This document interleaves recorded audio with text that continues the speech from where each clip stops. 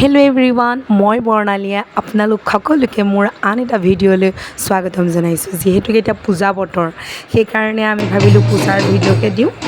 এয়া চাওক, যিহেতুকে 12 আহিন ইংৰাজী 29 ছেপ্টেম্বৰ সোমবাৰ আৰু আপোনাৰ 2025 চনৰ এয়া হৈছে যোৰহাট ৰংদৈ পূজাস্থলী।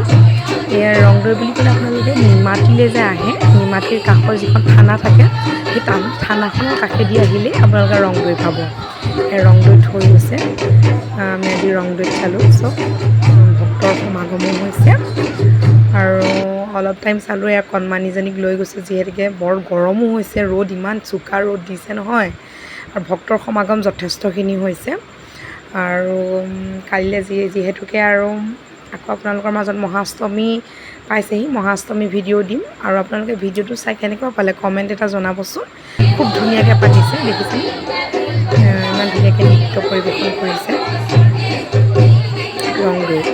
ৰংদৈ আপোনালোকৰ পূজাস্থলী দেখালোঁ।